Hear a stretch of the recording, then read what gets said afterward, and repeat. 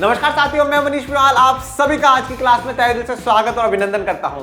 मैं उम्मीद करता हूं कि आप सभी शानदार, जबरदस्त और जिंदाबाद होंगे और आप सभी की तैयारियां काफी बेहतरीन चल रही होंगी। हम लोग कर रहे हैं क्लास 9 के लिए वन शॉट की सीरीज और वन शॉट की सीरीज में आज हम लोग करेंगे राजनीति विज्ञान के अध्याय 2, सबसे प्यारा, सबसे सुंदर, सबसे बेहतरीन चैप्टर। और मुझे पढ़ाने में और पढ़ने में इसको जितनी बार पढ़ता हूं उतनी ही बार और एहसास और प्यार मेरा उभरता है भारत के संविधान के प्रति। और वो चैप्टर है संविधान निर्माण, constitutional making of constitutional design. ये हमारा चैप्टर है। इस चैप्टर को पढ़ेंगे और बेहतर तरीके से पढ़ेंगे। एक ही शॉट में आज ये पूरा चैप्टर खत्म कर दिया जाएगा। चलिए शुरू करते हैं आज के चैप्टर को, आज के लेक्चर को।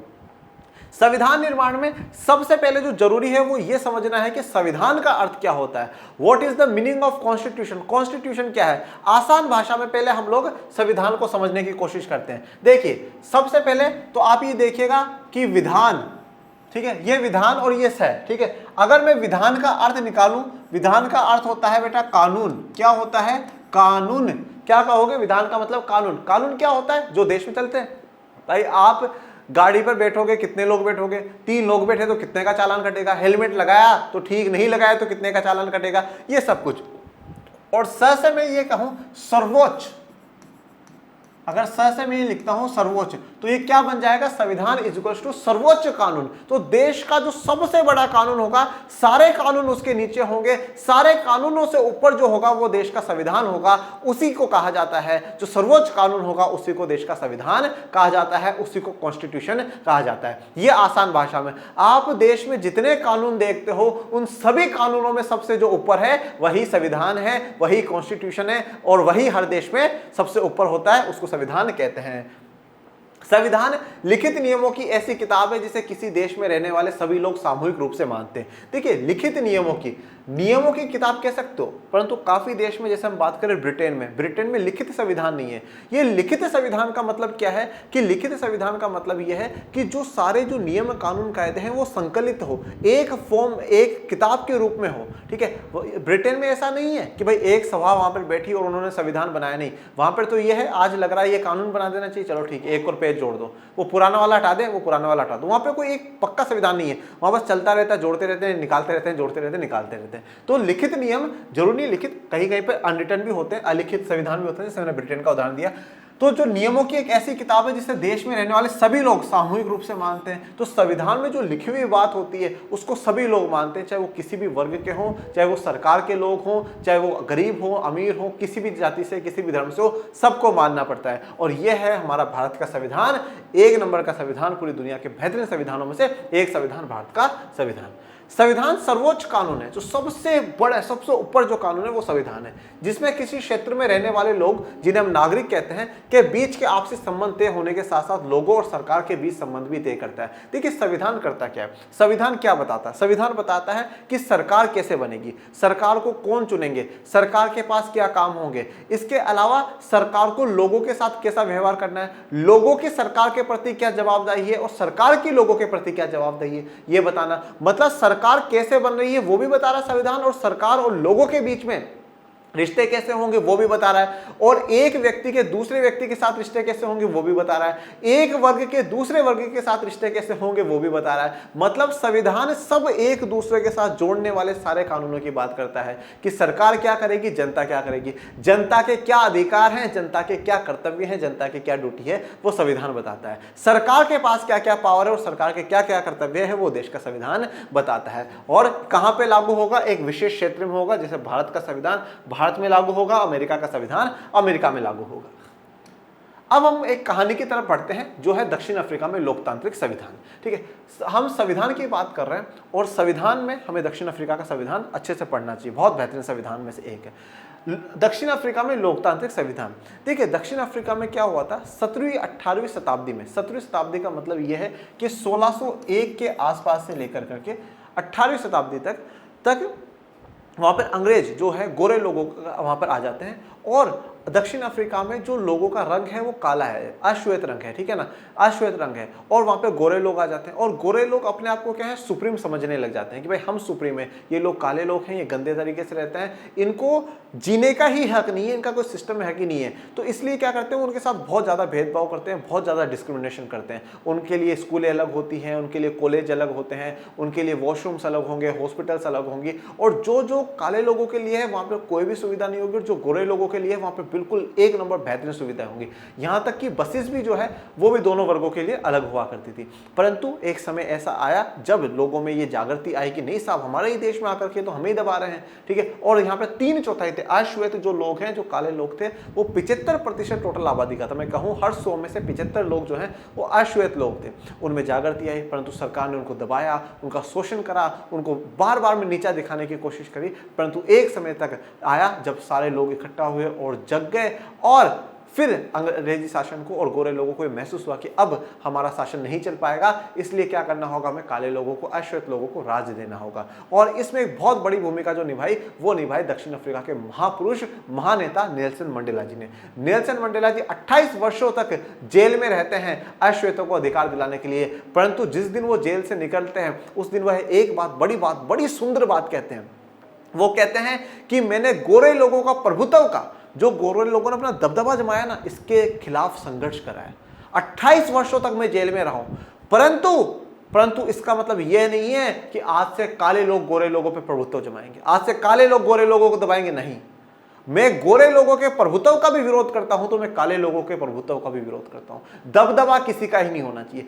किसी व्यक्ति के साथ एक रंग के आधार पर उसको हम सुप्रीम बना दे और एक को हम नीचा बना दे, चाहे वो गोरा हो, चाहे काला हो, या चाहे काला हो या गोरा हो, इस आधार पर करना यह बिल्कुल भी गलत बात है। लोकतांत्रिक तरीके से हम देश को चलाएंगे जहां पे गोरों के पास भी पावर होगी और कालों, अश्वेतों के पास भी पावर होगी।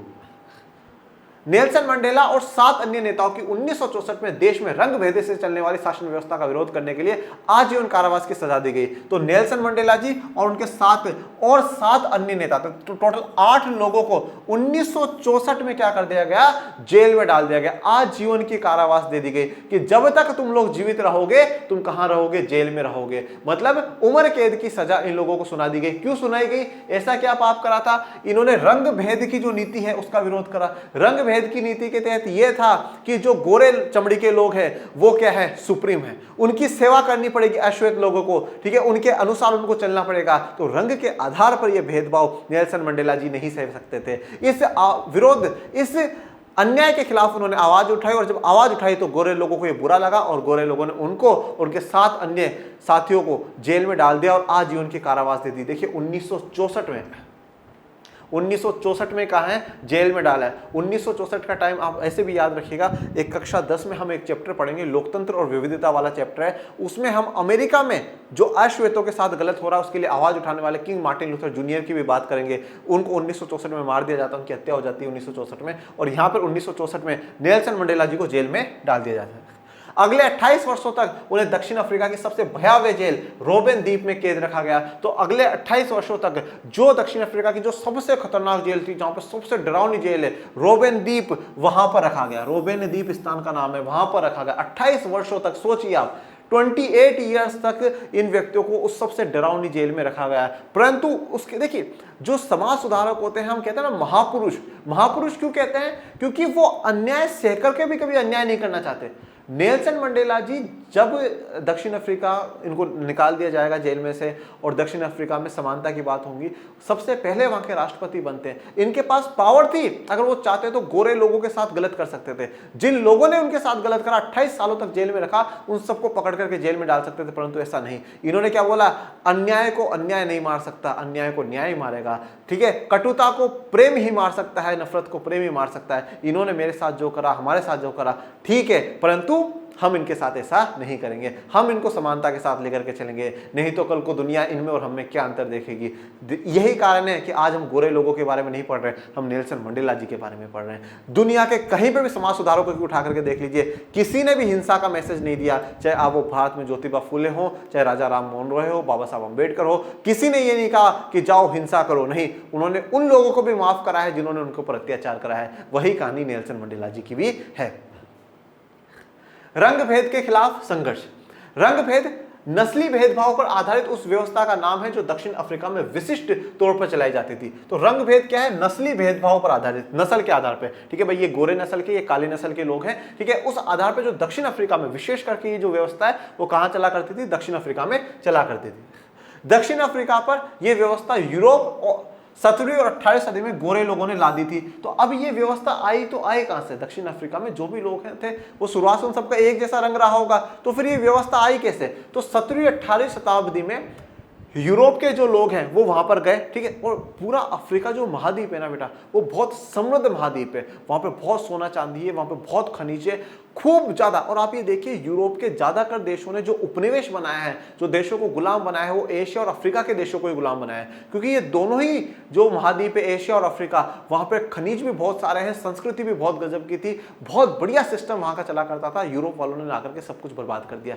ये भेदभाव के जो बीज है ये यूरोप वालों ने ही बोए हैं। 17वीं और 18वीं शताब्दी में वो दक्षिण अफ्रीका गए और खुद को गोरा देखा, वहां के लोगों को अश्वेत देखा, तो उनको लगा हम तो सुप्रीम है, हम तो बेहतर हैं, ठीक है, और ये लोग बेकार हैं। तो ये जो व्यवस्था है, ये व्यवस्था किसने डाली है? यूरोप के लोगों ने डाली है। रेसिज्म का मतलब होता है बेटा, यहाँ पे रेस का वर्ड होता है, रेस का मतलब होता है रंग के आधार पर। तो रेसिज्म, जो रंग के आधार पर जो भेदभाव हो रहा है उसको रोका जाए। अब चमड़ी के रंग के आधार पर बांट दिया गया, ठीक है, अब वहां के जो लोग हैं दक्षिण अफ्रीका के, उनको चमड़ी के रंग के आधार पर बांटा गया कि चमड़ी का रंग कैसा है। अब 3 चमड़ी के रंग के लोग बोले गए। एक श्वेत, श्वेत का मतलब जो गोरे लोग हैं, ठीक है, श्वेत का मतलब क्या हुआ? जो गोरे लोग हैं, जो कि यूरोपियन हैं, जो यूरोप में रहने वाले लोग थे पर वो यहाँ आ गए। उसके अलावा रंगीन चमड़ी के, और उसके अलावा अश्वेत, ठीक है। रंगीन का मतलब ये है जैसे हम लोग नहीं कहते तो सांवला सा रंग होता है, ना काले हैं ना गोरे हैं, ठीक है, थोड़ा सा ये है। और बाकी तो रंगीन तो कैसे लाल पीली हरी तो चमड़ी होगी नहीं, ठीक है। अश्वेत, अभी जो अश्वेत है इनका आबादी में 3/4 हिस्सा है, जो वहां की टोटल जनसंख्या है उसमें से 3/4 ये लोग हैं, मतलब 75%, पूरी जनसंख्या का 75% ये लोग हैं, मतलब हर 100 लोगों में से 75 लोग कौन है? अश्वेत है, काले रंग के लोग हैं। अब सोचो ये कितने होंगे? थोड़े से होंगे, ठीक है, पर इन्होंने क्या है अपना शासन यहाँ पर जमा लिया। अब ये रंगीन चमड़ी और अश्वेत चमड़ी ये सिर्फ और सिर्फ अपने आप को ही सुपीरियर मानते थे, ये सिर्फ और सिर्फ खुद को ही महान मानते थे कि भाई हम लोग ही महान है। और यूरोपियनों में एक भ्रम था बेटा, एक वहम था, उनको लगता था हम सुपीरियर है और पूरी दुनिया को बेहतर बनाने की जिम्मेदारी हमारी है, पूरी दुनिया को जीवन कैसे जीना है ये सिखाना हमारी जिम्मेदारी, चाहे उनको खुद को जीवन जीना नहीं आता हो। पूरी दुनिया को सभ्य बनाना हमारी जिम्मेदारी है, इसलिए वो लोग उपनिवेश बनाते हैं, ऐसा उनका कहना है। इसलिए जो एशिया अफ्रीका के देशों को गुलाम बनाया क्योंकि हमें सभ्य बनाना था। अब उनको ये नहीं पता कि जब वो उगे भी नहीं थे हमने एक बहुत बड़ी सभ्यता खड़ी कर दी थी और वो हमें सभ्य बनाने की कोशिश कर रहे थे। तो ये खुद को ही सुपीरियर मानते थे और यहाँ पे जितने अधिकार इनको है वो बाकी कोई दूसरे अधिकार किसी को भी नहीं है। रंगीन चमड़ी और अश्वेत चमड़ी के लोगों को वोट डालने तक का भी अधिकार नहीं दिया गया, उनको वोट डालने का भी अधिकार नहीं दिया गया, उनको किसी भी प्रकार के राजनीतिक, सामाजिक, आर्थिक अधिकार नहीं दिए गए। जब इन्होंने विरोध करना शुरू करा कि ये तो गलत है, हमारे साथ हमारे ही देश में आप गलत व्यवहार कर रहे हैं, तो इनको दमन करा गया, इन पर शोषण करा गया, इन पर अत्याचार करे गए, पुलिस के द्वारा इनसे पिटवाया गया, काफी बुरा हाल इनका करा जाता है। इन लोगों के लिए पृथक्करण की नीति अपनाई। पृथक का मतलब क्या होता है बेटा? अलग अलग, ठीक है। तो पृथक्करण, सेपरेटिज्म की नीति यहां पर अपनाई गई कि गोरे लोगों का अलग और काले लोगों का अलग, हर चीज क्या कर दी गई? सेपरेट कर दी गई। किन किन चीजों को सेपरेट करा वो देखिएगा, बड़ा इंपॉर्टेंट बात है। रेलगाड़ी, गोरे लोगों की रेलगाड़ी अलग होगी, काले लोगों की रेलगाड़ी होगी। और यहाँ पे जितनी भी वस्तुओं का मैं नाम लूंगा, जिन भी जगहों का मैं नाम लूंगा, उनमें गोरे लोगों की जो भी वस्तु होंगी, श्वेत लोगों की जो भी वस्तु होंगी, वो सारी टॉप क्लास वस्तु होंगी, A1 वस्तु होंगी। और जो अश्वेत लोगों की वस्तु हैं वो सारी की सारी खराब होंगी। जैसे रेलगाड़ी, रेलगाड़ी अश्वेतों के लिए बहुत गंदी रेलगाड़ी चलाई जा रही है, पर श्वेतों के लिए बिल्कुल ऐसी एयर कंडीशन वाली बेहतरीन रेलगाड़ी है। इसी प्रकार से बस है, टैक्सी है, होटल्स, अस्पताल। अब अस्पताल जो गोरे लोगों के लिए एक नंबर सुविधा, बढ़िया से बढ़िया जो बीमारी उनका इलाज हो जाएगा अच्छी तरीके से। स्कूल, कॉलेज, पुस्तकालय। परंतु जो अश्वेत लोग हैं उनके लिए ना अस्पताल अच्छे हैं, ना स्कूल अच्छे हैं, ना कॉलेज अच्छे हैं, ना पुस्तकालय अच्छे हैं। सिनेमा घर, नाट्य घर, समुद्र तट, तरणताल, सार्वजनिक शौचालय तक में गोरे और कालों के लिए एकदम अलग अलग इंतजाम थे। तो पूरी तरीके से क्या पृथक्करण करा गया, सोसाइटी का विभाजन कर दिया गया, अलग कर दिया, ये चीजें गोरों की हैं और ये चीजें कालों की हैं। अब 1950 से संघर्ष। अब धीरे धीरे लोगों में एक्टिव आए कि नहीं साहब ये तो गलत कर रहे हैं, हमारे देश में आकर के हमें दबाने की कोशिश कर रहे हैं, तो अब क्या है, संघर्ष करना होगा, अब हमें क्या करना होगा, स्ट्रगल करना होगा। तो 1950 से संघर्ष की शुरुआत हो जाती है और 1950 में भारत का तो संविधान बनकर के तैयार होकर के लागू ही हो जाता है और यहाँ पर संघर्ष शुरू हुआ है। विरोध करने वाले संगठन अफ्रीकी नेशनल कांग्रेस के झंडे तले एकजुट हुए। अब जब वहां पर सरकार ने शोषण करा, दमन करा, अत्याचार करा, तो अब समय आ चुका था एक होकर के लड़ने का। और जैसे भारत की आजादी में एक बहुत बड़ी मुख्य भूमिका भारतीय राष्ट्रीय कांग्रेस ने निभाई है, इंडियन नेशनल कांग्रेस ने निभाई है, कांग्रेस बनी और फिर उस कांग्रेस के झंडे के नीचे सब एक साथ आए, मतलब सब कांग्रेस में मिलकर के अंग्रेजों का विरोध करा। उसी प्रकार से यहां पर भी अफ्रीका में भी एक पार्टी बनाई गई जिसका नाम था अफ्रीकन नेशनल कांग्रेस। अब इस African National Congress main lead role में है, ये मुख्य भूमिका निभा रही है और इनके साथ लोग मिलते जा रहे हैं। उनको सपोर्ट कौन कौन कर रहा है वो देखिएगा। इनको मजदूर संगठन सपोर्ट कर रही है, मजदूर संगठन सपोर्ट कर रहा है कि हाँ भाई ये जो श्वेत और अश्वेत का जो भेदभाव है ये खत्म होना चाहिए। इसके अलावा जो कम्युनिस्ट पार्टी है, जो साम्यवादी पार्टियां हैं, कम्युनिस्ट जो पार्टी है वो भी इनके साथ है कि भाई ये जो विरोध है वो विरोध हटना चाहिए। अब कम्युनिस्ट पार्टियों का विरोध करने का थोड़ा सा तुक देखेगा, तर्क देखेगा उन लोगों का। कम्युनिस्ट पार्टी जो है वो मुख्यतः कहां पर है, रूस में है, ठीक है, सोवियत संघ में रहती है, ये हम लोग पढ़ चुके हैं पहले, सोवियत संघ में रह चुके हैं। और उनकी जो विचारधारा है वो समाजवादी और साम्यवादी है। और ये यूरोप का जो ज्यादातर इलाका है वो क्या है, पूंजीवादी इलाका है। तो वो लोग इन चीजों का विरोध करते हैं कि नहीं नहीं साहब पूंजीवाद नहीं फैलना चाहिए, समाजवाद साम्यवाद होना चाहिए। तो अगर यहाँ पर हमने इन लोगों को भगा दिया ना तो क्या होगा, हम समाजवाद साम्यवाद फैला देंगे। कम्युनिस्ट लोग सपोर्ट करते हैं। और देखिए हर वर्ग में, चाहे कोई सा भी वर्ग हो, अत्याचार करने वाले वर्ग में भी कुछ लोग अच्छे होते हैं। तो जो गोरे लोग थे, जो श्वेत लोग थे, कुछ श्वेत लोगों ने भी उनका सपोर्ट करा, अफ्रीकन नेशनल कांग्रेस को सपोर्ट करा कि हाँ ये रंग के आधार पर जो भेदभाव हो रहा है ये भेदभाव खत्म होना चाहिए। तो मजदूर संगठन ने सपोर्ट विरोध कर रही है, कम्युनिस्ट पार्टी विरोध कर रही है और समझदार गोरे लोग, श्वेत लोग भी विरोध कर रहे हैं और अफ्रीकन नेशनल कांग्रेस के साथ जुड़ करके श्वेत और अश्वेत के आधार पर जो भेदभाव हो रहे हैं उनको खत्म करने की मांग कर रहे हैं। अब कुशासन का अंत हो जाता है, ठीक है। कुशासन का अंत कैसे, देखो अब क्या हुआ, विरोध हुआ, हड़तालें हुई, ठीक है, बंद बुलाए गए कि नहीं आज ये वाला एरिया बंद होगा, हम यूरोपियंस का विरोध कर रहे हैं, गोरे लोगों का विरोध कर रहे हैं।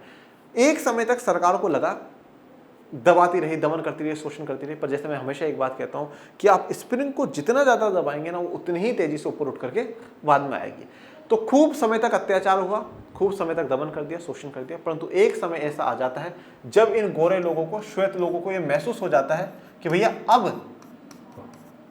अब अश्वेत अत्याचार नहीं सहेगा, अब अश्वेत अत्याचार नहीं सहेगा, नहीं सहेगा, ठीक है। अब जो अश्वेत लोग हैं वो अत्याचार नहीं सहेंगे, इसलिए अब हमें क्या करना होगा। अब ये लोग क्या करते हैं कि मीडिया पर जो पाबंदी थी उस पाबंदी को हटा देते हैं, मीडिया पर से पाबंदी हटा दी, ठीक है। इसके अलावा जो पार्टियों पर पाबंदी थी कि हाँ भाई किसी पार्टी पर पाबंदी है, वो पाबंदी भी अब हटा दी गई है। पार्टी पर पाबंदी हटा दी, मीडिया पर से पाबंदी हटा दी। अब समान अधिकारों की समानता की बात करते हैं। अब कुशासन का क्या हो जाता है, अंत हो जाता है। और ये सब जब वो अंत करने की सोच लेते हैं श्वेत लोग, इसलिए कहा जाता है कि संगठन में शक्ति होती है। एकता दिखाई लोगों ने, अफ्रीकन नेशनल कांग्रेस के झंडे के तले आए, एक साथ आए, उन्होंने विरोध करा, हड़तालें करी, संघर्ष करा। तो उसका नतीजा क्या हुआ, श्वेतों को ये महसूस हुआ कि भाई अब अश्वेत अत्याचार नहीं सहेंगे, इसलिए अब क्या है इनके साथ समानता की बात करी जाए। और इसी के साथ फिर 28 वर्षों बाद नेल्सन मंडेला जी और उनके 7 लोगों को रिहा कर दिया जाएगा, जिनको आजीवन कारावास की सजा सुनाई गई थी, उनको 28 साल बाद रिहा कर दिया जाता है। अब रिहा हो जाएंगे, ठीक है। अब श्वेतों ने अश्वेतों पर अत्याचार करना बंद कर दिया है। अश्वेतों ने भी ये विश्वास जताया कि श्वेत अब हमारे साथ अत्याचार नहीं करेंगे। अब एक नए संविधान की ओर दक्षिण अफ्रीका बढ़ रहा था कि अब एक नया संविधान दक्षिण अफ्रीका को बनाना है। 28 वर्ष तक जेल में कैद रखने के बाद नेल्सन मंडेला को आजाद कर दिया गया, ठीक है। 28 वर्षों तक, 1964 से लेकर के 28 वर्षों तक, अब आप देखिए कब तक उनको रखा गया, 1992 तक उनको रखा गया, ठीक है। 28 वर्षों तक उनको रखा गया और फिर उनके बाद रिहा कर दिया जाता है नेल्सन मंडेला जी को। आखिरकार 26 अप्रैल 1994 की मध्य रात्रि को दक्षिण अफ्रीका गणराज्य का नया झंडा लहराया और यह दुनिया का एक नया लोकतांत्रिक देश बन गया। 2 वर्षों तक वहां पर संविधान को लेकर के काम चलता है। दक्षिण अफ्रीका का संविधान भी पूरी दुनिया में एक आदर्श माना जाता है बेटा। दक्षिण अफ्रीका के संविधान और भारत के संविधानों में कुछ समानता है अगर आप देखेंगे ना, तो वो ये है कि दक्षिण अफ्रीका और भारत के संविधान सामाजिक समानता की बात करते हैं, ठीक है ना। जिन वर्गों ने गलत करा है उनके साथ भी सही करने की सलाह दोनों ही देश के संविधान देते हैं। यहाँ पर अश्वेतों के साथ गलत हुआ, परंतु उन्होंने श्वेतों के साथ गलत करने की बात नहीं करी। अब समानता की बात कर रहे हैं, अब इक्वलिटी की बात कर रहे हैं। तो 2 वर्षों तक खूब डिबेट्स होती हैं, खूब बातचीत चलती है और फाइनली 2 वर्षों के बाद दक्षिण अफ्रीका का संविधान बन जाता है और 26 अप्रैल 1994 को एक दक्षिण अफ्रीका गणराज्य बन जाता है। गणराज्य का मतलब क्या हो गया? रिपब्लिक। रिपब्लिक का मतलब होता है जिस देश का मुखिया निर्वाचित होगा, जनता के द्वारा चुनाव होगा, चाहे जनता के द्वारा प्रत्यक्ष या अप्रत्यक्ष रूप से चुनाव हो, वहां का मुखिया राजा रानी महाराजा महारानी नहीं होंगी। जैसे हमारे देश में राष्ट्रपति जी है, हम चुनते हैं अप्रत्यक्ष रूप से, हमने जिन लोगों को चुना है वो राष्ट्रपति जी को चुनते हैं, तो हमारा देश भी एक गणराज्य है। 26 अप्रैल 1994 को अफ्रीका एक गणराज्य का नया झंडा लहरा देता है, वो उनका झंडा ये है, और एक नया लोकतांत्रिक देश बन जाता है, एक डेमोक्रेटिक कंट्री बन जाता है, एक लोकतंत्र को अपना आधार बना करके वो आगे बढ़ता है। रंग भेद वाली शासन व्यवस्था समाप्त हुई और सभी नस्ल के लोगों की मिलीजुली सरकार के गठन का रास्ता खुला। अब जो रंग भेद वाली जो शासन व्यवस्था थी उसको खत्म कर दिया गया और सभी नस्ल, गोरे रंग के हो, काले रंग के हो, रंगीन चमड़ी के हो, कोई सी भी चमड़ी हो, उन सभी चमड़ी के लोगों के साथ मिलीजुली सरकार के पे बात बनी कि हाँ भाई अब सबकी मिलीजुली सरकारें बनेंगी, किसी एक रंग वालों को विशेष कोई प्रावधान नहीं होंगे और जो पहले राष्ट्रपति बनेंगे वो नेल्सन मंडेला जी बनेंगे। उन्होंने कहा कि आइए अब सभी नस्लों तथा स्त्री पुरुष की समानता, लोकतांत्रिक मूल्यों, सामाजिक न्याय और मानवाधिकारों पर आधारित नए दक्षिण अफ्रीका का निर्माण करें। यह अश्वेतों का बड़प्पन था। देखिए, अश्वेतों ने यह ठाना था कि नहीं, श्वेतों के साथ अत्याचार नहीं करना है, क्योंकि कटुता को प्रेम ही काट सकता है। कटुता से कटुता नहीं कटती, नफरत से नफरत नहीं कटती, नफरत से नफरत बढ़ती है, नफरत को प्रेम ही काट सकता है। आइए, जो हुआ सो हुआ, अब उन बातों को छोड़ दीजिए, अब हम सभी नस्लों के आधार पर समानता की बात करें, हम स्त्री पुरुष की समानता की बात करें। किसी के साथ इस आधार पर भेदभाव होना गलत है कि उसने इस लिंग में जन्म लिया है, वो महिला हुई इसलिए भेदभाव करे या वो पुरुष हुआ इसलिए भेदभाव करे, गलत बात है। लोकतांत्रिक मूल्यों को अपनाएं, हम लोकतंत्र के हिसाब से चले। और लोकतंत्र क्या है? जनता की व्यवस्था है और जनता में हर वर्ग, हर व्यक्ति आता है, चाहे वो किसी रंग का हो, किसी भी वर्ग का हो, सबकी बात सुनी जाए, सबको सरकार में मौका मिले, सबके अधिकारों की बात करी जाए। ऐसे मूल्यों को अब हम अपनाएंगे। सामाजिक न्याय और मानवाधिकारों पर आधारित हो, समाज में न्याय होना चाहिए, किसी के साथ अन्याय नहीं होना चाहिए। न्याय का मतलब क्या है? मैं सही हूं, मेरे साथ सही होना चाहिए, वो गलत है उसके साथ गलत होना चाहिए, ये न्याय कहलाता है। ठीक है, किसी के साथ जन्म के आधार पर कुछ उसके साथ गलत करना है, उसके साथ अच्छा करना, ये गलत बात है, ये अन्याय है। तो सामाजिक न्याय होना चाहिए। और मानव अधिकार, मानव को कुछ अधिकार दिए जाएंगे, मानव के अधिकार हैं, वो अधिकार बहुत जरूरी हैं, वो अधिकार उसको मिलने चाहिए। उसको समानता के साथ जीना, उसको स्वतंत्रता के साथ रहना, उसको अच्छा खाना पीना रहना, ये सब कुछ मिलना चाहिए। इन मानव अधिकारों की बात करेंगे। एक ऐसा दक्षिण अफ्रीका बनाने की बात हुई है। दक्षिण अफ्रीकी संविधान से दुनिया भर के लोकतांत्रिक लोग प्रेरणा लेते हैं। जिस दक्षिण अफ्रीका में एक बड़ा रंग भेद का आंदोलन चला, फिर बाद में वही दक्षिण अफ्रीका पूरी दुनिया के लिए एक आदर्श बनता है, एक मिसाल कायम करते हैं कि लोकतांत्रिक लोग प्रेरणा लेते हैं कि भाई डेमोक्रेसी अफ्रीका जैसी बहुत बढ़िया, दक्षिण अफ्रीका ने बहुत अच्छा सिस्टम चलाया। 1994 तक जिस देश की दुनिया भर में अलोकतांत्रिक तौर तरीकों के लिए निंदा की जाती थी, आज उसे लोकतंत्र के मॉडल के रूप में देखा जाता है। तो 1994 तक एक निंदा करी जाती थी, क्यों? अनडेमोक्रेटिक कंट्री था, कोई लोकतंत्र की व्यवस्था नहीं थी। ठीक है, क्योंकि काफी देश 1950-60 तक काफी ज्यादा का लोकतंत्र बन चुके थे, परंतु वो अभी तक नहीं बना था। बुराइयां होती थी, परंतु लेट आया दुरुस्त आया, और देरी से आया तो गजब का ही आया। तो 1994 में जब उन्होंने अपना संविधान बनाया, लोकतंत्र को स्थापित करा, तो पूरी दुनिया के लिए आदर्श बनकर के निकले कि हाँ, लोकतंत्र हो तो दक्षिण अफ्रीका जैसा हो। और अगर आप कक्षा 11-12 में जाकर के राजनीति विज्ञान पढ़ेंगे बेटा, आप आर्ट्स में जुड़ेंगे, तो आप देखेंगे भारत का संविधान आप पढ़ेंगे, अलग अलग देशों के संविधान की कुछ कुछ बातें पढ़ेंगे, आपको गजब का ही अनुभव मिलेगा। आप गजब ही चीज आप जानेंगे कि हाँ साहब ऐसा भी होता है, ये लोकतंत्र के मूल्य हैं, ये हुआ, ये संघर्ष इन लोगों ने करा है, ये डेमोक्रेसी को दर्शाया है, ये समानता को, न्याय को दर्शाया है। हमें संविधान की जरूरत क्यों होती है? सबसे इंपॉर्टेंट बात हमने जान लिया संविधान क्या है, हमने दक्षिण अफ्रीका की पूरी बात कर ली। अब सबसे इंपॉर्टेंट बात यह आती है कि संविधान की जरूरत है तो है क्यों? Why we need constitution. हमें कॉन्स्टिट्यूशन की जरूरत है क्यों? पहली बात तो कॉन्स्टिट्यूशन क्या होता है? जनरली सीधी सी बात कहें हम लोग, एक देश का सर्वोच्च कानून है। कोई भी कानून अगर देश में बनेगा तो उसी कानून के हिसाब से बनेगा। मतलब मैं एक तरीके से ये कह देता हूँ कि संविधान एक तरीके से आधार है बेटा आप लोगों के लिए। संविधान एक तरीके से आपको आधार है। जैसे आप याद करिए nursery class, LKG class, HKG class, first second, इनमें आपने क्या पढ़ा था? A for Apple, B for boy, ठीक है, क ख ग आपने पढ़ा, ठीक है, ऐसे अनार, आ से आम, ये सब कुछ पढ़े ना। वो क्या था? वो आपका आधार था। वो आपके काम नहीं आ रहा है। आज आपसे कौन ऐसे अनार लिखवा रहा है, कौन A फॉर एप्पल लिखवा रहा है? काम नहीं आ रहा। परंतु जितना जो कुछ आप पढ़ रहे हो, जितने शब्द आज आप बनाते हो, जो कुछ करते हो, वो सब कुछ उन्हीं से ही बनता है। वो उन्हीं से ही बनते हैं ना। आज मैंने कॉन्स्टिट्यूशन लिखा तो CONSTITUTION लिखा, ये वो जो मैंने पढ़ा था उस समय छोटी क्लासों में, वही काम आया ना बेटा। तो वो आधार हमारा उस समय तय कर दिया गया था। इसी प्रकार से संविधान भी क्या आधार तय कर देता है। सरकार कैसे बनेगी? इस प्रकार से सरकार बनेगी। कौन कौन लोग वोट कर पाएंगे? आज आपसे पूछे आप क्यों वोट नहीं कर सकते? क्योंकि आप 18 साल से छोटे हो। किसने कहा? संविधान ने कहा कि 18 साल से ऊपर वाले ही वोट दे सकते हैं। सरकार कैसे बनेगी, सरकार क्या काम करेगी, ये सबको संविधान बताता है। आज आप में और मुझ में लड़ाई हो गई तो कौन सही है कौन गलत है कौन बताएगी? पुलिस बताएगी? पुलिस थोड़ी बताएगी, कोर्ट बताएगा। कोर्ट देखेगा संविधान क्या कहता है, हाँ नहीं, तुम्हारी ये गलती, तुम्हारी ये गलती। संविधान ने बताया कि लोगों के बीच में कैसा व्यवहार होना चाहिए। सरकार पे आप बहुत सी बार देखते हैं ये सरकार खराब है, ये सरकार खराब है, ऐसा काम करी वैसा काम करी। किस आधार पे कह रहे हैं? कि संविधान में ये बात लिखी हुई थी, सरकार ये काम नहीं कर रही इसलिए हम इसको खराब कह रहे हैं। ये सरकार बहुत बढ़िया है क्योंकि संविधान में लिखा और संविधान के अनुसार काम कर रही है। तो संविधान की हमारे बहुत सी आवश्यकताएं हैं, बहुत सी जरूरतें हैं। संविधान एक आधार तैयार कर देता है देश में आगे कानून बनने का। संविधान एक ऐसा आप कह सकते हैं रोड मैप है जो देश को आगे ले जाने के लिए सारे रास्ते बताता है कि भाई आप ये काम करो, इससे देश आगे जाएगा। संविधान समानता स्थापित करता है, संविधान स्वतंत्रता स्थापित करता है, संविधान लोगों में भाईचारे की भावनाओं को बढ़ाता है। संविधान आगे कानून बनाने के लिए एक आधार हम लोगों को देकर के जाता है। संविधान एक हमारे टाइम टेबल की तरह है। जैसे हमारा टाइम टेबल हमें बताता है मुझे ये काम करना है, संविधान उस तरीके से बताता है कि देश में क्या क्या होना चाहिए और क्या क्या करना चाहिए। संविधान की हमें आवश्यकता नहीं, बहुत ज्यादा आवश्यकता है, बहुत ज्यादा रिक्वायरमेंट, बहुत ज्यादा जरूरत संविधान की होती है। ऐसे क्या क्या कारण हैं जिनके कारण हमें जरूरत होती है, आइए वो हम लोग जानते हैं। सबसे पहला, ये साथ रह रहे विभिन्न तरह के लोगों के बीच जरूरी भरोसा और सहयोग विकसित करते हैं। बहुत इंपॉर्टेंट बात है। देखिए, साथ रह रहे लोगों के बीच जरूरी भरोसा और सहयोग विकसित करते हैं।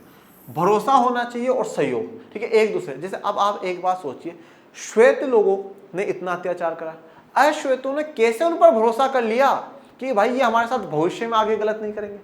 कैसे भरोसा कर लिया? क्योंकि संविधान में ये बात लिख दी गई थी कि भाई अब समानता की बात होगी और आगे कोई भी सरकारें बने उसको संविधान को मानना ही पड़ेगा।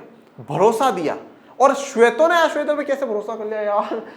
गोरे लोग सोच रहे होंगे यार ये 75% है, कल को मारने लगे तो दौड़ा दौड़ा करके मारेंगे, इतने दिन तो पावर थी, अब तो पावर भी नहीं, पावर भी लोगों के हाथ में आ जाएगी। उन्होंने भी विश्वास करा। दोनों के जो विश्वास का आधार है वो आधार कहां से पनपता है? वो संविधान से पनपता है, ठीक है। ऐसे आप हमारे देश में देख लीजिए, जाति के आधार पर, लिंग के आधार पर, भाषा के आधार पर, सब में एक दूसरे लोगों पर विश्वास है। क्यों? वो विश्वास का आधार क्या है? वो देश का संविधान होता है। संविधान लोगों के बीच में विश्वास पैदा करता है, भरोसा पैदा करता है कि हाँ भाई भरोसा रखो, कहीं भी गलत होगा संविधान आपको बचाएगा, संविधान आपके लिए खड़ा है। आप उस संविधान के अनुसार आप जाइए, कोर्ट में जाइए, सुप्रीम कोर्ट जाइए, आप लड़िए, आपको न्याय मिलेगा, ठीक है। तो एक दूसरे पे भरोसा जो होता है वो संविधान देता है। दूसरा, ये स्पष्ट करता है कि सरकार का गठन कैसे होगा और किससे फैसले लेने का अधिकार है। देखो, अब देश को चलाने के लिए कोई ना कोई तो होना चाहिए। पहले राजा महाराजा हुआ करते थे, ठीक है, अब कोई तो होना चाहिए। जो होता है उसको हम क्या कह देते हैं? सरकार कह देते हैं। तो सरकार का गठन कैसे होगा? कैसे बनेगी सरकार? सरकार बनेगी तो बनेगी कैसे? कैसे सरकार चुनी जाएगी, कौन चुनेगा, सरकार कैसे बनेगी, ये सब कुछ कौन बताएगा? संविधान बताएगा। आज अमेरिका में जो सरकार बनती है वो और भारत में जो सरकार बनती है वो दोनों के बनने के अलग अलग तरीके हैं। दोनों में ही लोकतंत्र है, अमेरिका में भी है और भारत में भी, पर दोनों में सरकार बनने का तरीका अलग अलग है।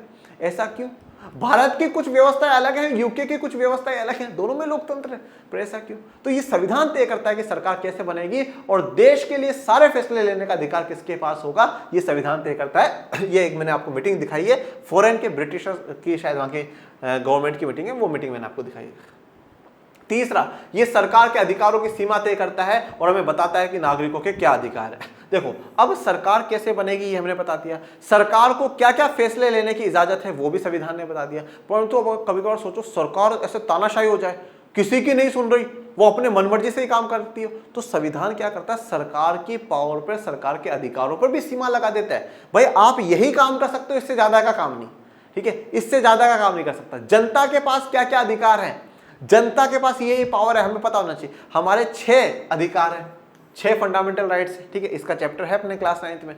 वो 6 फंडामेंटल, 6 मौलिक अधिकार हमें पता होना चाहिए। हमारे पास वोट का अधिकार है, वो हमें पता होना चाहिए। हम कब सरकार का विरोध कर सकते हैं, कब नहीं कर सकते, सरकार क्या कर रही है वो सही है, क्या कर रही है वो गलत है, ये हम सब कुछ पता लगा सकते हैं। कैसे? संविधान के द्वारा ही पता लगा सकते हैं। चौथा, ये अच्छे समाज के गठन के लिए लोगों की आकांक्षाओं को व्यक्त करता है। तो अच्छे समाज के लिए लोगों की आकांक्षाओं का मतलब क्या है? लोगों की जो इच्छा है, लोगों की जो डिजायर्स हैं, उनको व्यक्त करता है। भाई जैसे आज अफ्रीका का जो संविधान बना, उसमें लोगों की इच्छा ही तो है कि भाई सबको मिलजुल करके रहना चाहिए। ये लोगों की इच्छा थी कि हम सब मिलजुल करके रहेंगे, तो लोगों की इच्छाओं को व्यक्त करा, लोगों की आकांक्षाओं को व्यक्त करा कि हाँ भाई ऐसा हमारा देश होना चाहिए, ऐसा हमारा दक्षिण अफ्रीका बनना चाहिए, ऐसा हमारा भारत बनना चाहिए। तो जो लोगों की आकांक्षा, जो लोगों की इच्छा होती है, वो भी किसमें व्यक्त होती है? वो देश के संविधान में होती है। तो देश का संविधान 4 काम कर रहा है। कौन कौन से काम कर रहा है? पहला, लोगों में भरोसा पैदा कर रहा है। दूसरा, सरकार का गठन कैसे होगा। तीसरा, सरकार पर सीमा लगा रहा है, हमें अधिकार दे रहा है। और चौथा, लोगों की आकांक्षाओं को व्यक्त करता है संविधान। संविधान से हम पता लगा सकते हैं कि देश के लोग क्या चाहते हैं, देश के लोगों की क्या आकांक्षाएं, क्या इच्छाएं। ह्यूमन राइट्स की यहाँ पे तस्वीर आपको दिखाई गई। जिन देशों में संविधान है वे सभी लोकतांत्रिक शासन वाले हो, ये जरूरी नहीं। देखो, जरूरी नहीं है जहां जहां पर संविधान हो, जहां जहां पर कॉन्स्टिट्यूशन हो, जहां जहां पर कॉन्स्टिट्यूशन हो, वो सारे के सारे लोकतांत्रिक शासन हो, ऐसा जरूरी नहीं। देखिए, लोकतंत्र एक सरकार का प्रकार है। जैसे राजा महाराजा होते हैं, तानाशाह होते हैं, वैसे लोकतंत्र एक सरकार का प्रकार है। अब जरूरी नहीं है कि हर जगह संविधान हो, वहां पर लोकतंत्र भी हो। संविधान तो क्या है भैया, एक डॉक्यूमेंट ही तो है। आज से ये कानून होंगे। जैसे मान लो एक व्यक्ति देश का तानाशाह बन गया, उसने कानून बना दिए, ये आज से सारे कानून है, इसी कानून के हिसाब से सारे काम होंगे, तो वो भी संविधान बना रहा है, पर वो लोकतांत्रिक थोड़ी है। तो जरूरी नहीं है कि जहां जहां संविधान हो वो लोकतांत्रिक देश हो, परंतु ध्यान रखिएगा, लेकिन जिन देशों में लोकतांत्रिक शासन है वहां संविधान का होना जरूरी है, और जहां जहां देशों में लोकतंत्र है वहां संविधान जरूर है, 100% है। तो जो लोकतांत्रिक शासन है वहां 100% संविधान है, कॉन्स्टिट्यूशन है, और वो लोकतांत्रिक भी इसीलिए शायद वो संविधान के अनुसार चल रहे हैं, संविधान के अनुसार कार्य कर रहे हैं। अब बात करते हैं भारतीय संविधान का निर्माण, ठीक है। अब दक्षिण अफ्रीका की कहानी पर विराम लगाते हैं। अब हम बात करते हैं हमारे देश के संविधान के निर्माण की, कि भारत का संविधान का निर्माण किस प्रकार से हुआ। देखिए बच्चों, अफ्रीका के और भारत के संविधान में काफ़ी आपको सिमिलरिटी, समानताएं देखने को मिलेगी, और कुछ अलग बातें भी देखने को मिलेंगी। भारत के संविधान में काफ़ी कुछ चीज़ें हम आज पढ़ते हैं, हम जानते हैं, हम समझते हैं, सब कुछ है। आप आगे की क्लास में और भी उनको समझने की कोशिश करेंगे अगर आप पढ़ेंगे तो। एक चीज़ देखिएगा, भारत में ब्रिटिशर्स ने भारत को अपना गुलाम बनाया और उनसे आज़ादी पाने के लिए आंदोलन हुए, हड़तालें हुई, संघर्ष हुआ। उसके बाद एक 1885 में आकर के कांग्रेस का गठन होता है, जैसे कि वहाँ पर अफ्रीका में अफ्रीकन नेशनल कांग्रेस का गठन हुआ। कांग्रेस शुरुआती दौर में ऊंची जाति के जो लोग हैं उनकी पार्टी थी, अमीरों की पार्टी थी, पुरुषों की पार्टी थी, शहर के लोगों की पार्टी थी। मतलब जो लोग सच में पिछड़े हुए उनको कांग्रेस ने नहीं जोड़ा। परंतु कुछ समय बाद कांग्रेस धीरे धीरे उन वर्गों को भी जोड़ने लग जाती है जो पिछड़े हुए थे, जैसे गरीब हो गए, दलित या पिछड़ी जाति के हो गए, महिलाएं हो गए, ग्रामीण क्षेत्र के लोग हो गए। मतलब कांग्रेस एक प्रकार से रेनबो का रूप अपना लेती है, ठीक है, इंद्रधनुष का रूप अपना लेती है, जिसमें सभी वर्गों के लोग समाये हुए थे और जो ब्रिटिशर से आज़ादी की मांग कर रहे थे। परंतु इन सभी वर्गों की कुछ अपनी भी समस्याएं थी। जैसे अगर मैं बात करूं महिलाओं की या जो पिछड़ी जाति के लोग हैं, उनके साथ जाति के और लिंग के आधार पर भेदभाव हो रहा था। वो चाहते थे कि हमारे साथ ये जाति के आधार पर जो भेदभाव है ये खत्म हो, हमारे साथ लिंग के आधार पर हम महिला हैं और हम महिलाओं के साथ भेदभाव हो रहा है वो खत्म हो। तो ये सब कुछ क्या हुआ, आज़ादी के समय हमें महसूस हुआ। आज़ादी के समय हमें महापुरुषों को महसूस हुआ कि अगर हम लोग यूनाइट नहीं होंगे, अगर हम एक नहीं होंगे, तो कभी भी ब्रिटिशर्स यहाँ से भाग करके नहीं जाएंगे, और एक होंगे तो ब्रिटिशर्स भाग जाएंगे, और ब्रिटिशर्स को भगाने के बाद हमें सबको एक करके ही रखना है। और वो कैसे रख सकते हैं, सबको समानता देंगे, ठीक है, सबको न्याय देंगे, सबको बराबर की सुविधाएं देंगे, सबको सबके साथ सबका जो विकास है, ऐसा काम हम लोग करेंगे। तो हमारे जो स्वतंत्रता आंदोलन हुआ था ना, उसी में काफी कुछ बातें तैयार हो चुकी थी कि भाई जिस दिन हम आजाद हो जाएंगे और जिस दिन हमें हमारे देश का संविधान बनाने का मौका मिलेगा, उस दिन हम हमारे संविधान में ये बातें लिखेंगे, जैसे कि हम सबका विकास करेंगे, हम सबको समानता देंगे, हम लोकतांत्रिक देश बनेंगे। तो जैसे हमारा स्वतंत्रता आंदोलन चल रहा था, 200 सालों तक जब आंदोलन चला, उन 200 सालों में बहुत कुछ बातें हमारी ऑलरेडी तय हो चुकी थी कि जिस दिन भी हम हमारा संविधान बनाएंगे, इन बातों को तो जोड़ना ही जोड़ना है, इन बातों को तो संविधान में लिखना ही लिखना है। अब आजाद होने के बाद गैर लोकतांत्रिक तरीके से शासन नहीं होगा, अब आजाद होने के बाद किसी जाति वालों के साथ भेदभाव नहीं होगा, अब आजाद होने के बाद महिलाओं के साथ भेदभाव नहीं होगा, अब आजाद होने के बाद किसी को शिक्षा से वंचित नहीं रखा जाएगा, अब आजाद होने के बाद किसी साथ अन्याय नहीं होगा। ये गारंटी इन सारे महापुरुषों ने दी, और वो किस फॉर्म में दी? भारत के संविधान के फॉर्म में दी। 1928 में ही मोतीलाल नेहरू और कांग्रेस के 8 अन्य नेताओं ने भारत का एक संविधान लिखा था। 1928 में मोतीलाल नेहरू जवाहरलाल नेहरू जी के पिताजी हैं, और उनके साथ और कांग्रेस के 8 नेताओं ने मिलकर के एक संविधान लिखा। ये संविधान का सफर बता रहा हूं कि किस प्रकार से हम संविधान की तरफ बढ़े हैं। 1931 में कराची में हुए भारतीय राष्ट्रीय कांग्रेस के एक अधिवेशन में एक प्रस्ताव में यह रूपरेखा रखी गई थी कि आजाद भारत का संविधान कैसा होगा। 1928 में ये जो संविधान तैयार करा गया है वो, और 1931 के राष्ट्रीय कांग्रेस के अधिवेशन का मतलब बेटा एक तरीके से कॉन्फ्रेंस है, मीटिंग है, उसमें ये तय हुआ कि सब भारत का संविधान कैसा होगा, जिस दिन हम आजाद हो जाएंगे तो भारत का संविधान कैसा होगा। तो अब इन दोनों ही जगह कुछ बातें कॉमन थी। इन दोनों ही दस्तावेजों में स्वतंत्र भारत के संविधान में सार्वभौम वयस्क मताधिकार था। सार्वभौम वयस्क मताधिकार का मतलब क्या है? Universal adult franchise. एक एज के बाद सभी लोगों को वोट देने का अधिकार होगा। जैसे आज के मौजूदा दौर में बात करूं, 18 साल से ऊपर सभी लोगों को वोट देने का अधिकार है, चाहे वो किसी भी जाति का हो, चाहे वो किसी भी धर्म का हो, चाहे वो किसी भी लिंग का हो, चाहे उसका रंग कैसा हो, उसकी आर्थिक स्थिति कैसी हो, चाहे वो कितने ही बड़े या कितने ही छोटे पद पर बैठा हो, सबको वोट देने का अधिकार है। और सबका वोट एक ही काउंट होगा। देश का राष्ट्रपति वोट डाले तो भी एक, और देश का मजदूर वोट डाले तो भी एक, देश का सबसे धनी व्यक्ति वोट डाले तो भी एक, और देश का सबसे गरीब व्यक्ति वोट डाले तो भी एक। तो सार्वभौम वयस्क मताधिकार की बात दोनों ही जगह हमें देखने को मिली। स्वतंत्रता और समानता का अधिकार, सबके साथ समानता होगी और सबको स्वतंत्रता दी जाएगी। उनको बोलने की स्वतंत्रता दी जाएगी, उनको काम धंधा करने की स्वतंत्रता दी जाएगी, उनको अपने संगठन बनाने की स्वतंत्रता दी जाएगी, उनको घूमने फिरने की आजादी दी जाएगी। अल्पसंख्यकों के अधिकारों की रक्षा की बात करेगी, और जो अल्पसंख्यक समुदाय होंगे जिनकी संख्या हमारे देश में कम होगी, उनको हम क्या करेंगे? संरक्षण देंगे, हम उनको बचाएंगे, उनके अधिकारों का भी ध्यान रखेंगे। ये दोनों ही जगह बातें रखी गई, 1928 के मोतीलाल नेहरू रिपोर्ट में भी और 1931 के कराची अधिवेशन में भी। और आज हमारे भारत के संविधान में ये सारी बातें, सार्वभौम वयस्क मताधिकार भी है, अब सबको वोट देने का अधिकार भी है, स्वतंत्रता और समानता का अधिकार हमारा मौलिक अधिकार भी है, और अल्पसंख्यकों के अधिकारों की भी हम बात करते हैं। इस समानता का चित्र आपको यहाँ पे दर्शाया गया है। इस प्रकार संविधान की रचना करने के लिए बैठने से पहले ही कुछ बुनियादी मूल्यों पर सभी नेताओं की सहमति बन चुकी थी। अब हमारा संविधान बनना कब से चालू हुआ? संविधान बनना शुरू हुआ 9 दिसंबर 1946 से, परंतु ये बातें कब तय हो चुकी है? 1928-1931 में ही। मतलब संविधान लिखने के 15-18 साल पहले ही ये बातों पर तय हो चुकी है, इनमें मोहर लग चुकी है कि जिस दिन भी हम हमारा संविधान बनाएंगे ये बातें तो लिखी जाएंगी, ये बातें तो उसमें लिखनी ही लिखनी है। मतलब संविधान बनाने बैठने से पहले ही कुछ बातों पर सहमति हो चुकी थी।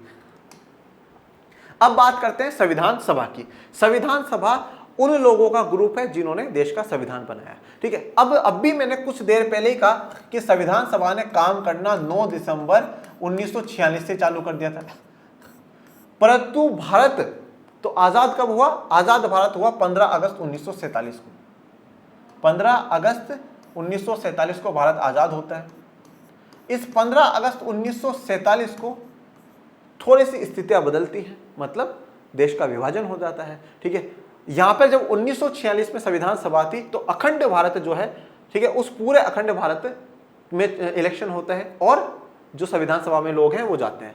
15 अगस्त से पहले जो टोटल संविधान सभा में लोग थे, कुल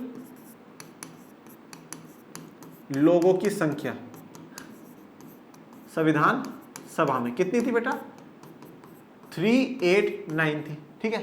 अब 15 अगस्त 1947 से पहले और अब 15 अगस्त 1947 को विभाजन हो गया, तो अब भारत के संविधान सभा में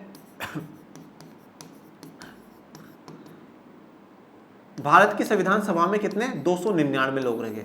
कितने लोग रह गए? 299, और जो बाकी है वो पाकिस्तान की संविधान सभा में चले जाएंगे। 299, यह आपने मानचित्र देखा ही होगा पहले, ठीक है, कि ये जो बीच का एरिया है वो भारत का, इधर पश्चिमी पाकिस्तान, इधर पूर्वी पाकिस्तान, ठीक है, और जो रजवाड़े हैं उनकी भी बातें ये काफी डिटेल में है, जो कि हम आगे की कक्षाओं में पढ़ेंगे, ठीक है। तो उस समय इस प्रकार से बना कि 299, आजादी से पहले टोटल 389 थे और आजादी के बाद भारत की संविधान सभा में 299 है और पाकिस्तान की तरफ 90। अब संविधान सभा की तरफ पढ़ते हैं। चुने गए जनप्रतिनिधियों की जो सभा संविधान नामक विशाल दस्तावेज को लिखने का काम करती है उसे संविधान सभा कहते हैं। अब संविधान सभा क्या, अगर आपसे डेफिनेशन पूछ ली जाए कि भाई संविधान सभा या कॉन्स्टिट्यूट असेंबली क्या होती है वो बताए, तो चुने गए जनप्रतिनिधियों, ठीक है, जनता के प्रतिनिधि जो जनता को रिप्रेजेंट कर रहे हो, उनको जो चुना गया हो, जो सभा संविधान नामक विशाल दस्तावेज को लिखने के लिए चुनी गई हो, उसी सभा को हम क्या कहेंगे, संविधान सभा कहेंगे। कभी भी सवाल आता है कि भारत का संविधान किसने बनाया, तो आपका जवाब होगा भारत की संविधान सभा ने बनाया। परंतु सवाल यह हो कि भारत के संविधान के जनक या फादर ऑफ इंडियन कॉन्स्टिट्यूशन किसे कहा जाता है, तो वो डॉक्टर बाबा साहब अम्बेडकर को कहा जाता है, ठीक है। संविधान सभा की एक तस्वीर मैंने आपको यहां पर दिखाई। भारतीय संविधान सभा के जुलाई 1946 में चुनाव हुए थे। संविधान सभा की पहली बैठक दिसंबर 1946 को हुई थी। कितनी दिसंबर को? 9 दिसंबर को। और चुनाव भी बेटा जुलाई अगस्त में चले थे। और चुनाव ऐसा नहीं था कि लोगों ने डायरेक्ट मतदान करके करा था, ऐसा नहीं था, बिल्कुल भी नहीं था। एक्चुअल में हुआ क्या था, उस समय भी प्रांतों में बटे हुई थी, ठीक है, जैसे आज राज्यों में बटे हुए हैं वैसे उस समय प्रांत थे। उन प्रांतों में लोगों को चुन करके भेजा जाता था, ठीक है। और उस समय जो लोग वोट कर पाते थे वो सिर्फ और सिर्फ 10% लोग ही वोट कर पाते थे। वो क्यों? क्योंकि अंग्रेजों का सिस्टम था कि वोट वही देगा जो सरकार को टैक्स देता हो, जिन लोगों के पास प्रॉपर्टी हो और जो लोग पढ़े लिखे हो। 1951 में जब हम लोग पहला चुनाव भारत में, आजाद भारत में होता है, तब भारत की 85% 85% पॉपुलेशन अशिक्षित होती है, मतलब 15% ही पढ़े लिखे लोग थे। तो मतलब 10 से 15% लोग ही 1946 के चुनाव में क्या करा करते थे, वोट करा करते थे।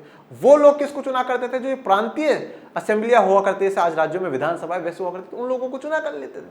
अब जो प्रांतीय असेंबली में जो लोग बैठे हुए हैं ना, उन्होंने किसको चुना? संविधान सभा के लिए लोगों को चुना कि भाई ये संविधान सभा में जाना चाहिए, ये काबिल व्यक्ति संविधान बना सकता है, इसको भेजो, इसको भेजो। तो ऐसे अप्रत्यक्ष रूप से क्या हुआ है, वहां पे लोग संविधान सभा में पहुंचे हैं। अगर सार्वभौम वयस्क मताधिकार के हिसाब से भी वोट करवा करके अगर लोगों को भेजा जाता, तो जो संविधान सभा में उस समय थे वही लोग पहुंचते, क्योंकि वो सारे दिग्गज नेता थे और सच में काबिलियत पर्सनैलिटी थी जो देश की संविधान सभा में बैठने योग्य थे। इसके तत्काल बाद देश दो हिस्सों भारत और पाकिस्तान में बंट गया। तो 14-15 अगस्त को दो विभाजन हो जाता है। संविधान सभा भी दो हिस्सों में बंट गई, भारत की संविधान सभा और पाकिस्तान की संविधान सभा। भारतीय संविधान लिखने वाली सभा में 299 सदस्य थे। कितने मेंबर है? 299 मेंबर रहे। और इसने 26 नवंबर 1949 को अपना काम पूरा कर लिया। तो भैया 9 दिसंबर 1946 से लेकर करके 26 नवंबर 1949 तक हमारे संविधान सभा ने काम करा। टोटल कितने दिन हुए? 2 साल 11 महीने और 18 दिनों तक हमारी संविधान सभा ने जी जान लगा करके काम करा। और संविधान सभा ने संविधान बनाने के साथ साथ उस समय देश में जो अनेकों समस्याएं हो रही थी, विभाजन के कारण लोगों का आना जाना, उनको संभालना, जो दंगे हो रहे थे उनसे टैकल करना और उस समय देश को चलाने के लिए कानून बनाना, ये सारे काम उस समय की संविधान सभा कर रही थी। एक बड़ा महत्वपूर्ण काम और दुनिया का सबसे बेहतर संविधान भारत को उन्होंने दिया। अब 26 नवंबर को हम लोग मनाते हैं संविधान दिवस। क्या मनाते हैं? संविधान दिवस। ये ध्यान रख लीजिएगा, क्वेश्चन पूछा जा सकता है। संविधान दिवस। तो 26 नवंबर 1949 को अपना काम पूरा कर लिया। संविधान 26 जनवरी 1950 को लागू हुआ। इसी दिन की याद में हम हर साल 26 जनवरी को गणतंत्र दिवस से मनाते हैं। गणतंत्र का मतलब होता है देश का मुखिया निर्वाचित होगा। और उस दिन 26 जनवरी 1950 को भारत के मुखिया, देश के राष्ट्रपति माननीय डॉक्टर राजेंद्र प्रसाद जी ने शपथ ले ली थी। इसी के साथ हम क्या बन गए थे? गणतंत्र बन गए थे। इसीलिए हम हर 26 जनवरी को गणतंत्र दिवस मनाते हैं और हर 26 नवंबर को हम लोग संविधान दिवस मनाते हैं। ये भारत का संविधान है जो आज भी भारत के संसद के सेंट्रल हॉल में बड़े ही प्यार से संभाल करके रखा हुआ है और इस संविधान को हमारा कोटि कोटि नमन है। अब इस बच्ची के दिमाग में सवाल है, आपके दिमाग में भी होगा, इस सभा द्वारा 50 साल से पहले बनाए संविधान को हम क्यों मानते हैं? बात सही भी है, 50 साल पहले बना था। 50 साल पहले के भारत में और आज के भारत में बहुत बड़ा डिफरेंस है भाई। जिन असमानताओं की बात हमारे संविधान निर्माताओं ने करी थी, शायद वो आज असमानताएं नहीं है, कम हो गई। आज कहाँ जाति के आधार पर भेदभाव होता है, कहाँ लिंग के आधार पर भेदभाव होता है, कहाँ धर्म के आधार पर भेदभाव होता है, कहाँ इतनी गरीबी है, कहाँ ये सब बातें हैं, तो काफी बदलाव आ चुका है। तो बदलाव, फिर हम उनकी बातें क्यों मान रहे हैं, आइए बात करते हैं। संविधान सिर्फ संविधान सभा के सदस्यों के विचारों को ही व्यक्त नहीं करता, यह अपने समय की व्यापक सहमतियों को व्यक्त करता है। देखिए, संविधान सिर्फ संविधान सभा में जो लोग बैठे उनके विचारों को ही व्यक्त नहीं करता। यह भारत का सौभाग्य था कि भारत के संविधान सभा में जो लोग बैठे थे वो सिर्फ अपने बारे में, अपने वर्गों के बारे में नहीं, वो देश के बारे में सोच करके संविधान बनाए थे। तो उसमें व्यापक सहमतियां, बड़े स्तर तक कि हाँ भाई क्या हो सकता है, क्या नहीं हो सकता, काफी देशों का, मतलब 60 से ज्यादा देशों का संविधान ने हमारे संविधान निर्माताओं ने पढ़ा है, और जो बेस्ट चीज जो उन्हें लगी वो उन्होंने भारत के संविधान में जोड़ी है, और उसको भी जोड़ने से पहले पूरा अच्छे से तोड़ा मरोड़ा है और भारत के हिसाब से उसको बनाया है, और फिर उसको भारत के संविधान में लिखा है। तो व्यापक सहमतियां व्यक्त करता है।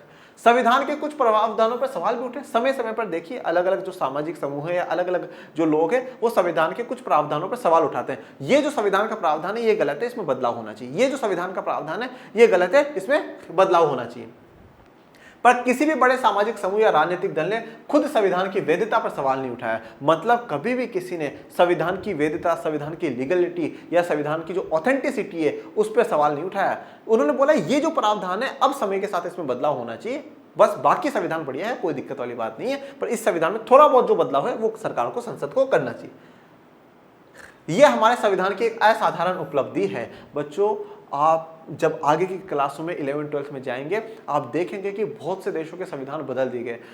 नेपाल का संविधान 5 से 6 बार बन चुका है, बनता है फिर हटा देते हैं, फिर बनता है फिर हटा देते हैं, ठीक है। और भी ऐसे बहुत से देश हैं, आप मध्य दक्षिण एशिया के देशों को देखोगे, ठीक है, इधर के देशों को और देशों को देखो, आप ऐसा देखो उनके संविधान बदलते रहते हैं, कहीं 5 साल में हटा दिया, 4 साल में हटा दिया, संविधान को मान ही नहीं रहे लोग। परंतु ये हमारे भारत के संविधान की एक बड़ी विशेषता है कि उन्होंने ऐसे प्रावधान करे कि हम आज 70-75 सालों बाद भी उस संविधान को मान रहे हैं और अच्छे से उस पर काम कर रहे हैं, और देश प्रगति की ओर ही आगे जा रहा है।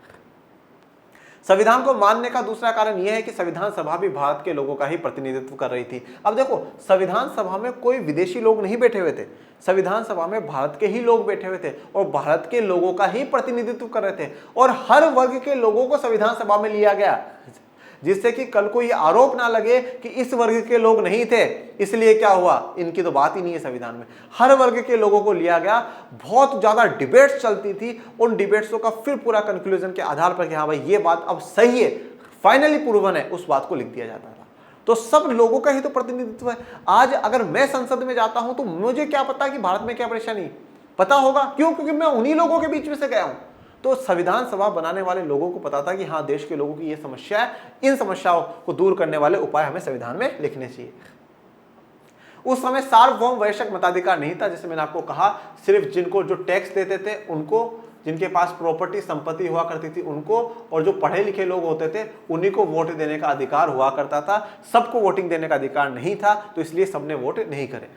इसलिए संविधान सभा का चुनाव देश के लोग प्रत्यक्ष ढंग से नहीं कर पाए, तो डायरेक्टली जनता ने नहीं करा, जनता ने वोट नहीं करा कि हाँ भाई साहब इस व्यक्ति को चुन करके भेजो। वो जो सिस्टम था वो मैंने आपको बता दिया।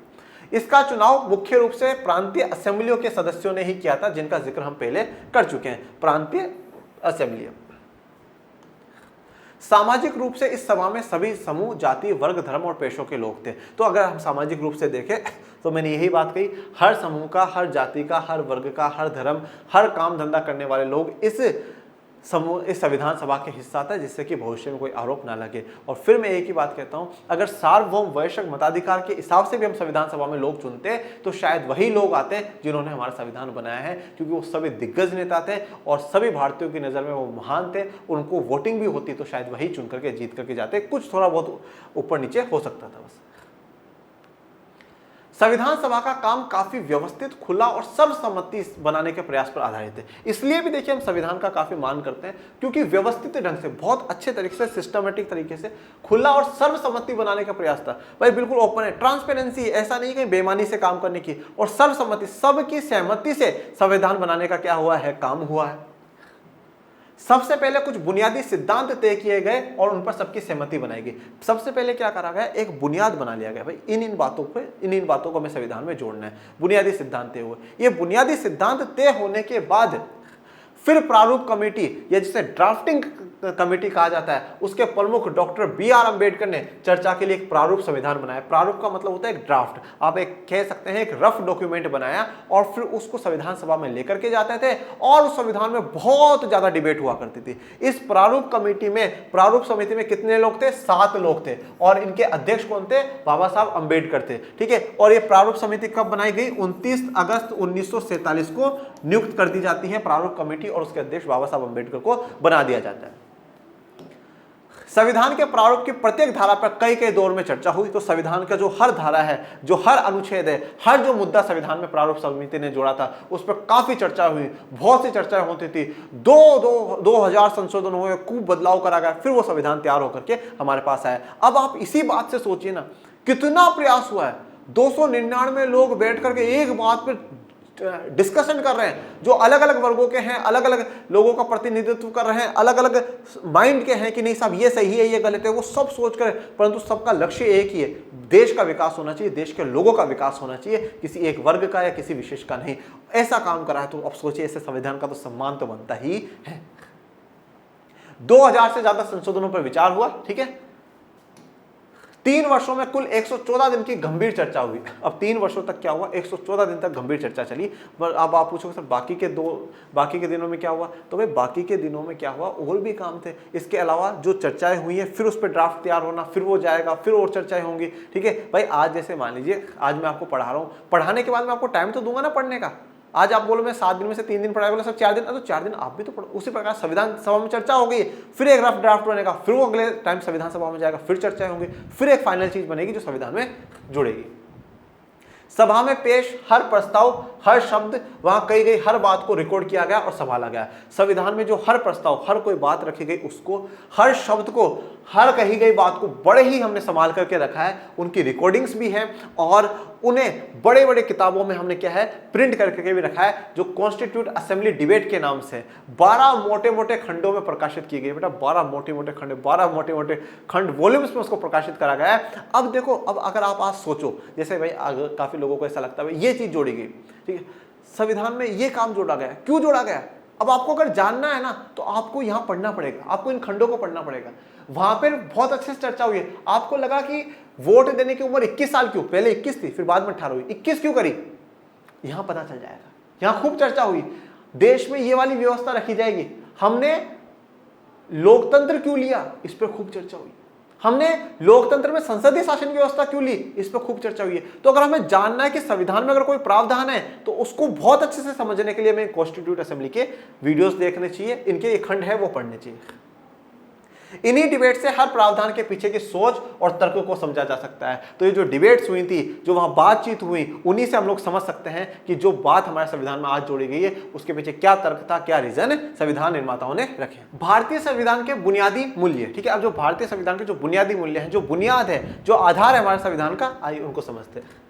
महात्मा गांधी संविधान सभा के सदस्य नहीं थे, पर संविधान सभा के अनेक सदस्य उनके विचारों के अनुयायी थे। देखिए, अब जो 389 लोगों को चुना गया था संविधान सभा में, और आज़ादी के बाद 299 जो लोग थे, उनमें महात्मा गांधी जी का नाम नहीं था। संविधान सभा में सारे बड़े बड़े दिग्गज नेता थे, परंतु जब संविधान सभा में नजर घुमाई तो देखा कि महात्मा गांधी जी नहीं है, परंतु गांधी जी के बहुत से अनुयायी संविधान सभा में बैठे थे, जो उनके विचारों को बात करने के लिए संविधान में थे। तो महात्मा गांधी संविधान सभा में नहीं थे, पर संविधान सभा में बैठे हर लोगों के विचारों में थे, हर लोगों के दिल में बापू थे। भेदभाव और गैर बराबरी मुक्त भारत का सपना डॉक्टर अंबेडकर के मन में भी था, जिन्होंने संविधान निर्माण में महत्वपूर्ण भूमिका निभाई। देखिए, मैं आपको एक बात बताऊं, महात्मा गांधी और बाबा साहब अंबेडकर दोनों के बीच में बहुत ज्यादा कटुता थी। ठीक है, दोनों के बीच में मतलब कभी बनती नहीं थी। अपन अगर हम कहें, जैसे हम आज की भाषा में कह सकते हैं, 36 का आंकड़ा था, दोनों का आंकड़ा 36 का, परंतु दोनों का लक्ष्य देश को आगे ले जाने का था। बाबा साहब अंबेडकर भी चाहते थे कि भेदभाव और ये जो गैर बराबरी वाला जो समाज है, ये ठीक होना चाहिए, और महात्मा गांधी भी चाहते हैं, परंतु इनका रास्ता अलग है और इनका रास्ता अलग है। ये कुछ सोचते हैं, ये कुछ सोचते हैं, ये देश के विकास के मामले में और कुछ विचार रखते होंगे, ये कुछ और विचार रखते होंगे। दोनों के विचार अलग हो सकते हैं, परंतु दोनों का लक्ष्य एक ही था कि वह देश का विकास होना चाहिए, लोगों का जो है विकास होना चाहिए। फिर बात करते हैं संविधान का दर्शन। दर्शन का मतलब होता है बेटा फिलोसफी। ठीक है, दर्शन मतलब फिलोसफी, या ऐसे दर्शन शास्त्र कहा जाता है। सबसे पहले दर्शन का मतलब क्या होता है? दर्शन का अर्थ क्या होता है? हम कहते हैं दर्शन, दर्शन मतलब देखना, ठीक है, हमारा नजरिया क्या है, ठीक है। तो यहाँ पे जो संविधान का दर्शन का मतलब है, संविधान की फिलोसफी क्या है, संविधान का नजरिया क्या है, संविधान क्या बताना चाहता है। तो अब संविधान के दर्शन को अगर हमें समझना है तो संविधान का एक प्रथम पेज है जिसको कहा जाता है प्रस्तावना या उसको कहा जाता है उद्देशिका, ठीक है। वो आपकी काफी किताबों के पीछे या काफी किताबों के फ्रंट पेज पे लिखी भी गई है और उसमें क्या लिखा गया? हम भारत के लोग भारत को एक संपूर्ण प्रभुत्व, संपन्न समाजवादी, पंथ निरपेक्ष, लोकतंत्रात्मक गणराज्य बनाने के लिए तथा उसके समस्त नागरिकों को, इस उद्देशिका में ऑलमोस्ट आपको पूरे भारत का संविधान समझ में आ जाएगा कि भारत का संविधान क्या चाहता है। भारत का संविधान के दर्शन का अर्थ हुआ कि भारत के संविधान में क्या क्या है। भारत का संविधान एक प्रभुत्व संपन्न होगा, समाजवादी होगा, पंथ निरपेक्ष होगा, लोकतंत्रात्मक गणराज्य होगा तो लोकतंत्र अपनाएंगे, गणराज्य अपनाएंगे, ठीक है। यहाँ पर सामाजिक, आर्थिक और राजनीतिक न्याय मिलेगा तो न्याय हमारा क्या है? दर्शन है, हमारा विचार है। स्वतंत्रता की बात यहाँ पर करी गई, समता की बात यहाँ पर करी गई, एकता और अखंडता की बात यहाँ पर करी गई। ये सब बातें ये हमारे संविधान का दर्शन है, ये हमारे संविधान का विचार है। तो संविधान की उद्देशिका हमें याद होनी चाहिए। संविधान की शुरुआत बुनियादी मूल्यों की एक छोटी सी उद्देशिका के साथ होती है, इसे संविधान की प्रस्तावना या उद्देशिका कहते हैं। तो जैसे एक हमारे जब किताब की शुरुआत होती है उसका इंडेक्स होता है कि भाई ये चैप्टर आप लोगों को पढ़ने हैं, उसी प्रकार से संविधान का जो पहला पेज है, संविधान की शुरुआत होती है वो प्रस्तावना से होती है, उद्देशिका से होती है, जिसको हम लोग क्या कहते हैं? प्रीएम्बल कहते हैं। क्या कहते हैं? प्रीएम्बल कहते हैं। यह दर्शन सरकार के किसी भी कानून को और फैसले के मूल्यांकन और परीक्षण का मानक तय करता है। इसके सहारे परखा जा सकता है कि कौन कानून, कौन फैसला अच्छा है या बुरा है। तो ये जो उद्देशिका है ये हमारे लिए एक तरीके से मापदंड है। इसके आधार पर हम पता लगा सकते हैं जो सरकार ने करा है वो सही करा है या गलत करा है। आज जैसे मान लीजिए सरकार किसी धर्म के खिलाफ कानून लेकर के आती है तो हम कहेंगे गलत है, क्योंकि संविधान बात करता है धर्मनिरपेक्ष की बात करता है। अगर सरकार कोई लोकतंत्र को खत्म करने की बात करेगी तो हम कहेंगे कि सरकार गलत कर रही है, क्योंकि संविधान ने लोकतंत्रात्मक की बात कर रही है, समता की बात कर रही है। तो ये हमारे लिए मापदंड है, हम इससे पता लगा सकते हैं कि जो सरकार काम कर रही है वो सही कर रही है या गलत कर रही है। तो ये हमारा आधार है सरकारों को जानने का कि वो कौन सा कानून सही है, गलत है, कौन सा फैसला सही गलत है, अच्छा है या बुरा है। इसमें भारतीय संविधान की आत्मा बसती है। तो ये जो है ये भारतीय संविधान की आत्मा बसती है, ठीक है। पूरी उद्देशिका में आपको एक तरीके से पूरा संविधान का सार मिल जाता है और उसकी आत्मा है कि हमें क्या क्या बातें हैं, जो मेन बातें जो ध्यान रखनी चाहिए वो सब यहाँ आ जाती है। अब बात करते हैं संस्थाओं का स्वरूप। किसकी बात करेंगे? संस्थाओं के स्वरूप की। ये एक बहुत ही लंबा और विस्तृत दस्तावेज है, इसलिए समय समय पर इसे नया रूप देने के लिए इसमें बदलाव की जरूरत पड़ती है। तो दुनिया का सबसे बड़ा लिखित संविधान, दुनिया का सबसे बड़ा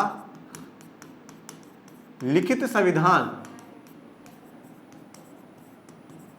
कहां का है?